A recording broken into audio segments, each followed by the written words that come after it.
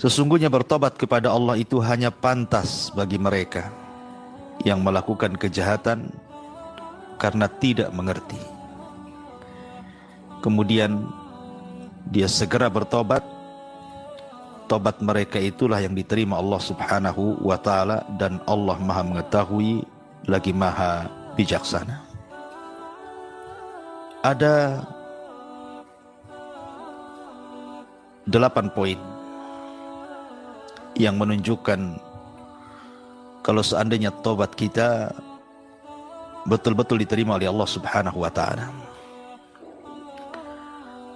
Secara singkat, yang pertama, setelah kita bertobat kepada Allah Subhanahu wa ta'ala, maka rasa cinta kita kepada Allah Subhanahu wa ta'ala semakin besar. Ini yang pertama. Kemudian yang kedua, membenci maksiat dan menghilangkan ketergantungan kepada maksiat setelah kita bertobat. Artinya kalau kita sudah bertobat kepada Allah Azza wa Jalla, maka semata-mata kita melihat maksiat yang pernah kita lakukan, kita benci, kita tidak suka, bahkan kita mengingkari.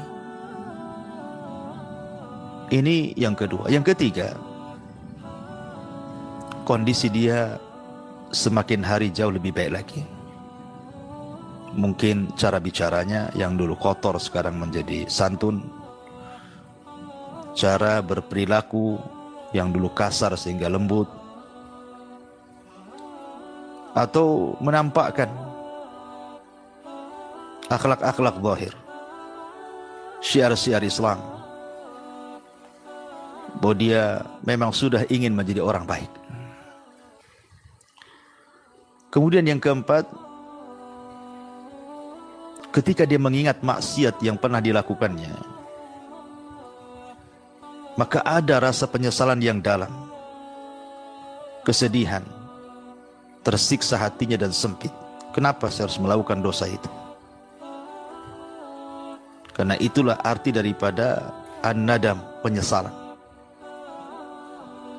Kemudian yang kelima, adanya niat kuat untuk tidak kembali kepada maksiat yang pernah dilakukannya. Ataupun ketika dia bertobat, betul-betul kemudian bertobat, tiba-tiba ada kesempatan maksiat, dia maksiat lagi. Bukan seperti itu. Ada kesempatan atau tidak, tetap dia harus meninggalkan maksiat. Kemudian yang nomor 6, selalu bertambah ibadahnya. Salatnya bertambah, sedekahnya bertambah, infaknya bertambah, puasanya bertambah. Pokoknya ibadah, sebutkan ibadah apapun, jadi semakin hari semakin bertambah, bukan semakin berkurang. Kemudian yang nomor 7, dia memiliki rasa takut yang kuat kepada Allah. Tetapi bukan takut yang sampai kepada tingkat putus asa, tidak. Supaya perasaan takut ini menjadikan kita tidak mengulang dosa kita. Takut akan azab, takut akan neraka, takut akan ancaman Allah Subhanahu wa ta'ala. Kemudian yang nomor 8, tidak boleh al-qunut min rahmatillah, putus asa dari rahmat Allah Subhanahu wa ta'ala. Maknanya dia harus punya keyakinan yang kuat bahwa tobat dia pasti diterima oleh Allah Subhanahu wa ta'ala. Karena kita tahu bahwa syaitan itu apabila menggoda kita, menggoda anak Adam, itu dengan 2 cara. Pertama, menanamkan angan-angan. Usiamu kan masih panjang, masih ada waktu. Usiamu masih 30, 40, masih ada waktu sampai 60, 70, kan ada kesempatan bertobat. Engkau masih boleh maksiat. Nanti kalau sudah tua kan bisa juga bertobat. Nanti kalau sudah haji baru bertobat. Nanti kalau sudah umroh nanti bertobat. Nanti kalau sudah kaya nanti bertobat. Setan membuat angan-angan bahwa seolah-olah usia dia panjang.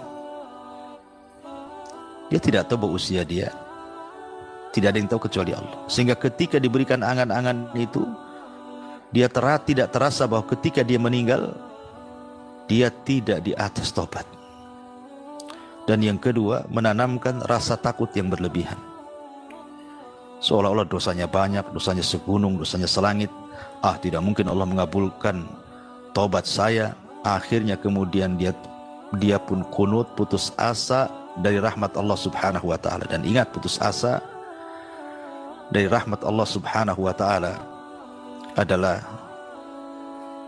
dosa yang besar. Bahkan lebih besar dosanya orang putus asa dibandingkan maksiat itu sendiri.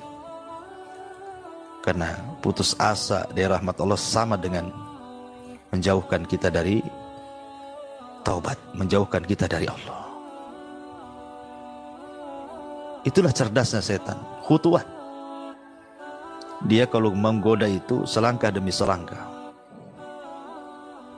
Makanya kenapa Allah subhanahu wa ta'ala dengan tegas, ya ayyuhalladzina amanu la tattabi'u khutuwati syaitan, inna syaitana lakum aduwwum mubin.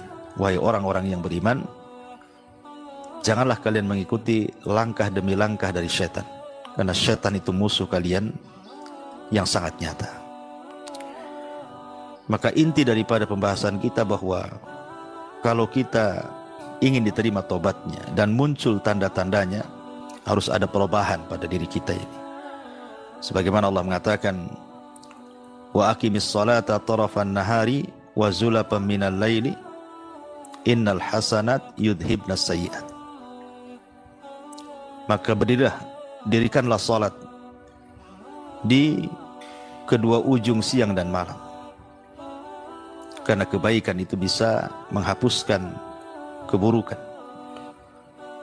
Lah kebaikan itulah yang kemudian tampak dari orang-orang yang bertobat.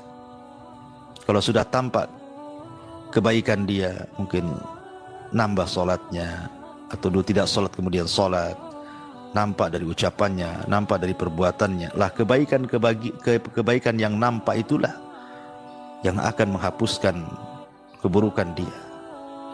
Karena bagaimanapun, innallaha la yughayyiru ma biqaumin hatta yughayyiru ma bi anfusihim. Allah tidak akan mengubah keadaan satu kaum sebelum mereka mengubah keadaan diri mereka sendiri. Dan Allah juga mengatakan, dzalika bi annallaha lam yakum mughayyiran ni'matan an'amaha 'alaihi ni'matan an'amaha 'ala qaumin hatta yughayyiru ma bi anfusihim.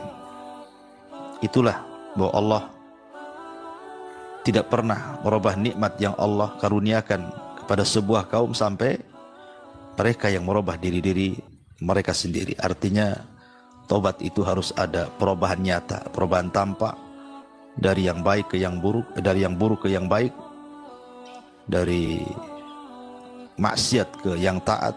Lah nantilah ketaatan kemudian kebaikan itulah yang akan menghapuskan keburukan yang pernah dia lakukan. Inilah tanda-tanda bahwa tobat seseorang itu diterima oleh Allah subhanahu wa ta'ala. Subhanakallahumma bihamdika asyhadu an la ilaha illa anta astaghfiruka wa atubu ilaik. Allahu ta'ala. Assalamualaikum warahmatullahi wabarakatuh.